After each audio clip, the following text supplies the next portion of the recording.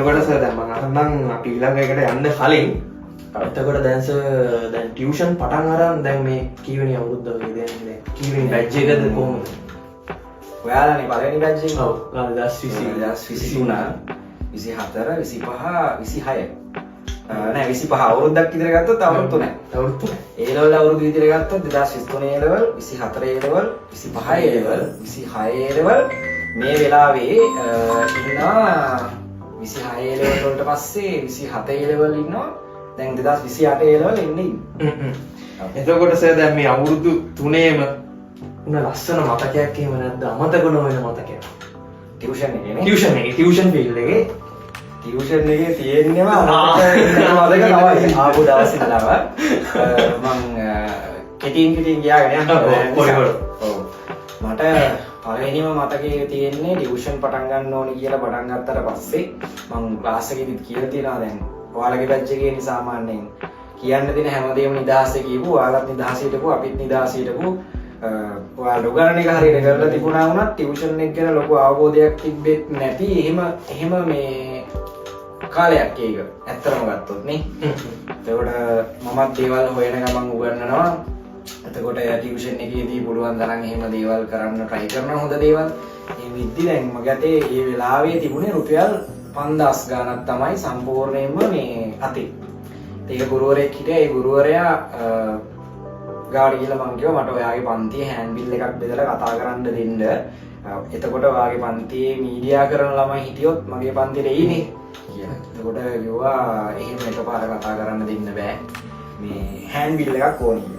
ඊපස්සේ මම හරි හෑන්ඩ් බිල් එකක් කියලා මට ඉතින් ඒ දවස්වල හැටියට මට පුළුවන් වෙච්ච හෑන්ඩ් බිල් එක තමයි මම මගේ ඩිසයිනින් කරගන්නවානේ. එතකොට ඒ ඩිසයින් එක මම හදලා ඊට පස්සේ ෆොටෝකොපි ගහන්න දුන්නා. ලොකු ප්‍රමාණයක් ගහන්න බෑ. මම දැන් 300ක් 400ක් විතර වෙන ෆොටෝකොපි ගහලා දුන්නා. මට මතකයි මේ සෙහස් බුක් ෂොප් එක ගම්පල කරන අසංක අයියා. මේ වෙලාවේ අසංක අයියවත් මතක් කරන්න ඕනේ. මේ අසංක අයියාට මතකද දන්නේ නැහැ. මම අර පැත්තකට ගිහිල්ලා කතුරකින් අර හෑන්ඩ් බිල් ටික කපනවා. දැන් A4 කොලෙත් හෑන්ඩ් බිල් 3ක් 4ක් විතර තියෙනවා. ඒකට දුක හිතලා දෙන්න මල්ලි මම මගේ ගානේ කපලා දෙන්නම් කියලා මේ කටර් එක තියලා කැපුවා. ඒතර තමයි මම දන්නේ ආයෙම කරන්න පුළුවන් කියලා චරිතේ. හරිද? මට එහෙම කටර් එකක් ගන්න සල්ලි නැහැ නේ. ඉතින් අපිට හෑන්ඩ් බිල් එකක් ගහ ගන්නවත් ඉඩියක් තිබ්බේ නැහැ. කොහොම හරි හෑන්ඩ් බිල් ටිකක් ගෙනල්ලා දුන්නා මම හදලා. වන් කලර් ෆොටෝකොපි එකක් මේ ඒකේ මම දැම්මේ දුන්නෙන් විදින උන්ට දැනුමෙන් විදින්න. නැත්තම් දැනුමෙන් විදිනු වගේ එකක් වුණා දැන් දුන්නා. දුන්නාට පස්සේ හෑන්ඩ් බිල් ටික බාරගත්තා. මට පන්තිය කතා කරන්න අවස්ථාවක් හම්බුන්නේ නැහැ. මේ හෑන්ඩ් බිල් එක දෙන්න ඔයා යන්න කියලා කිව්වා. ඊට පස්සේ මම ඉතින් පල්ලෙටලා බලාගෙන ඉන්නවා. මට දැන් වෙන පන්තිත් නැහැනේ. එක පන්තියයි තියෙන්නේ. ඒක පල්ලෙටලා එයා බලාගෙන ඉන්නවා. එයා දිහා එනකන්. ඒතකොට පන්තිය හරියලා ළමයි ගොඩාක් පල්ලෙහාට එනවා. දැන් අන්තිමට ඒ සර්වත් එන අපේ තීරණයක් මගේ මාත් කාදර දාස කොහොම එනවා කියලා. දැන් ප්‍රොජෙක්ට් වගේ බහිනවා. ඉතින් ළමයි ගොඩාක් මැද්දෙන් ඇවිල්ලා මේ මම එක සුපිරියට බෙදුවා හෑන්ඩ් බිල් එක මල්ලි. ඔයාලා ළමයි එයි නියමයි කියලා. මාත් ඉතින් හරි සතුටුයි. දැන් එයි කියලා හිතාගෙන ඉන්නවා. දැන් ඇඳිලා ඇඳගෙන ඉන්නවා. ඊට පස්සේ මගේ ක්ලාස් එකේම තව මේ අපේ ඉස්කෝලේ මල්ලි කෙනෙක් ආවා. ඊට පස්සේ දැන් මට කසුන් කියලා කියන්නේ කසුන් අයියා කොහෙද මෙහි කියලා ඇහුවා. එයාලා දන්නේ එහෙම. මම කිව්වා හෑන්ඩ් බිල් එකක් තියෙනවා. හෑන්ඩ් බිල් එක බෙදලා තියෙන්නේ හම්බුණානේ.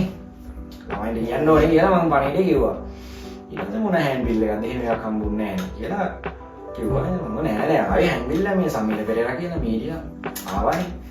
නෑ එහෙම එකක් ආවේ නෑ කිව්වා. දැන් මට දැන් හිතා ගන්න බෑ මොකද්ද වෙන්න යන්නේ කියලා. කමන්නේ කියලා මාත් ඉතින් අප්සෙට් එකේ ගෙදර ගියා. කොහොම දවස් කීපයකට පස්සේ මේ අපි ගොඩනැගිල්ලට පිටිපස්සෙන් ඒ තනක් තියෙන ඒ පැත්තෙන් අපි ඔම ඇවිදගෙන යනකොට ගිනි ගොඩක් ගහලා තිබිලා කොහොම හරි මේ හෑන්ඩ් බිල් ටිකේ ගිනි ගොඩේ හම්බ වුණා.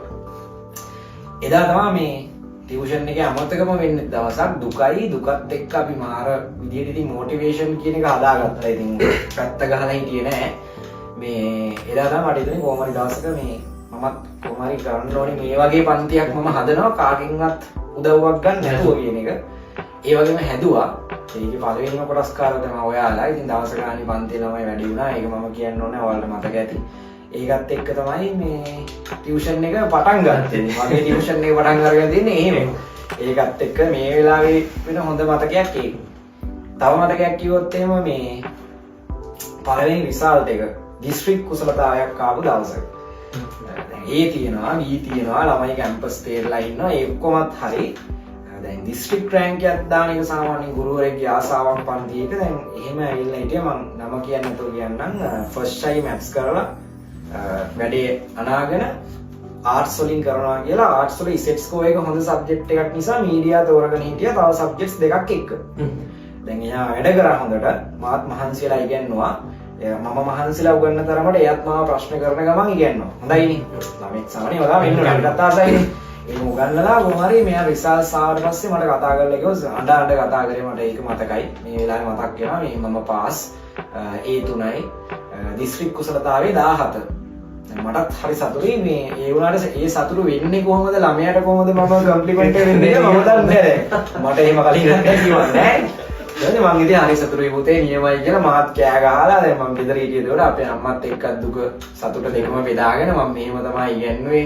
ඉතින් ඒ ළමයා හරි දක්ෂයි ඉතින් දැන් මට දාන්න පුළුවන් හෑන්ඩ් බිල් එකට හරි කියලා එහෙම තිබ්බ ඒ කාලේ ලොකම රිසල්ට් එකක් මට ඒ කාලේ හැටියට ඊට පස්සේ ඉතින් අපේ ඩිස්ට්‍රික්ට් 4th එක සෙකන්ඩ් එක කොහොම ආවා එයාට ඊට පස්සේ මං කිව්වා හරි මට විස්තර ටික දාන්නකෝ කියලා ඕනේ වෙනවනේ දැන් තහවුරු කරගන්න මේ පස්සේ හරි බලන්න මම ඒක හිතුවෙත් නෑ පස්සේ ඉතින් හෑන්ඩ් බිල් එකක් ගහන්නම් කියලා එහෙම හිතලා සල්ලි ටිකක් එහෙම එකතු කරගෙන හෑන්ඩ් බිල් එක ගහලා දැන් ඉන්ඩෙක්ස් නම් එකේම දාන්න ඕනේ විභාග අංකය දාන්න ඕනේ නැත්නම් මිනිස්සු පිළිගන්නේ නැහැ ඔව් ඊට මම මේ මැසේජ් එක බැලුවා පොතේ ඔයා යොපු මැසේජ් එක තියෙනවද කියලා මේ අහලා මැසේජ් එකකුත් දැම්මා පස්සේ මැසේජ් එක නැහැ ඩිලීට් කරලා ඊට පස්සේ කෝල් එකක් ගත්තා WhatsApp එකේ කෝල් එක කනෙක්ට් වෙන්නේ නැහැ නෝමල් කෝල් එකක් ගත්තාම වැඩ නැහැ සිම් එක ඊපස්සේ සිම් එකේ ඉඳලා සම්පූර්ණයෙන්ම නම්බර්ස් පහ මාරු කරාට පස්සේ ඉතින් ඔබ හොයාගෙන යනකොට ඇයි එහෙම උනේ කියලා ආරංචි වුණා ඒ ළමයා වෙන කෙනෙක්ට රිසල්ට් එක දීලා තියෙනවා යම්කිසි මුදලකට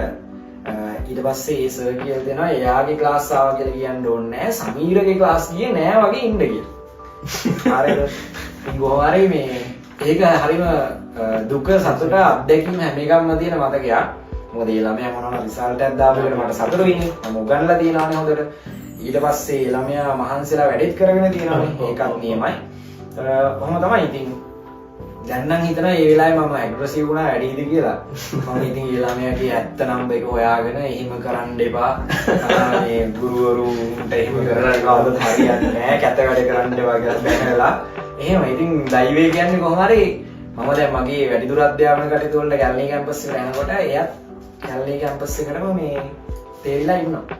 එයාත් දැන් ගැලණී කැම්පස් එකේ තමයි මම නැගපු ගැලණී කන්දම එයා දැන් නගිමින් ඉන්නවා. මට හම් වෙනවා සමහර වෙලාවට. ඒතරදී මං hina වෙලා කතා කරලා යනවා. ඉතින් එයාත් සතුටින් දැන් මාත් සතුටින්.